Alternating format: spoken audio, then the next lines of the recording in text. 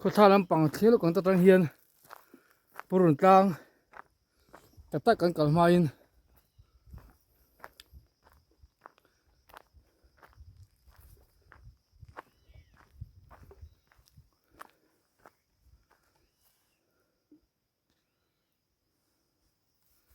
khu ta khu mui fang tlang te polang alom mui fang tlang kan chu mang mui fang tlang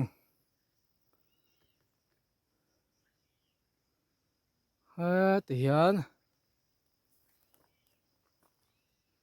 khu lai khu thi thorang tlang thingkung in kar tlang ron lang khu thorang tlang ani khu thang lam pang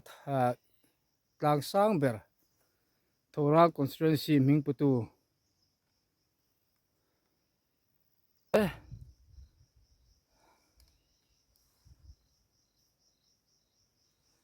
MLA LDS name of MLA JJL Pek Lua South Tui construction of Purun Tangling Road South Chong Tui sanction amount noi kha chinga thale mai kal phatang le ki lai hi tlang chip chun ya an kalang mini som panga vel chu kala langa imel ani ki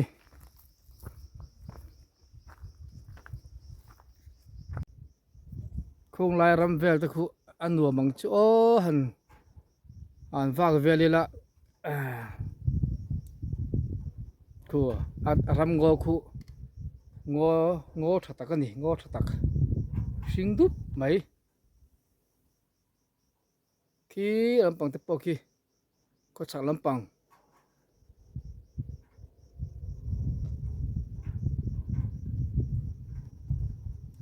cher hul lam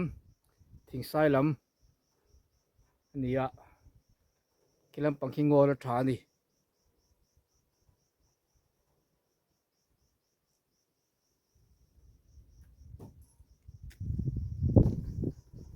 ko thang lam po lang thui khop mai khu ta thorang tlang te po lang ani ti to shi thiam har mai thia hu thorang tlang tlang dung to ber tlang sang ber khu ani mai thorang tlang chu iti ka na lai zone vel taka tlang chip zum de khu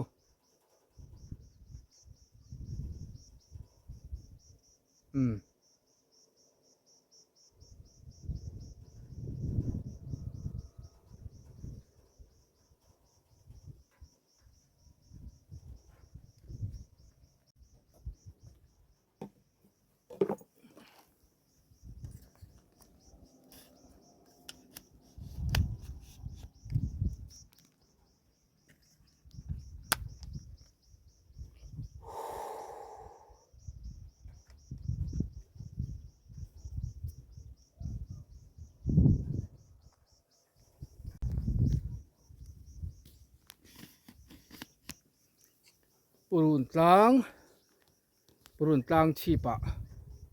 chuang vea he khu thang lam pang ania khu thang lam pang ania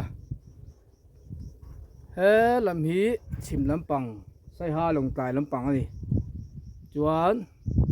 khi lam khi ko cha lam cher lun thing sai lam pang ania he ma hian ma lam pang ani so mu pha lo me thia wi fang tlang te po alang the ni ta tang hian ma lam pang purun tlang chi patang hian mizoram kho sang tlang sang lang thui khop mai ko thang lam pang te po man rem cha na la kal le tun aya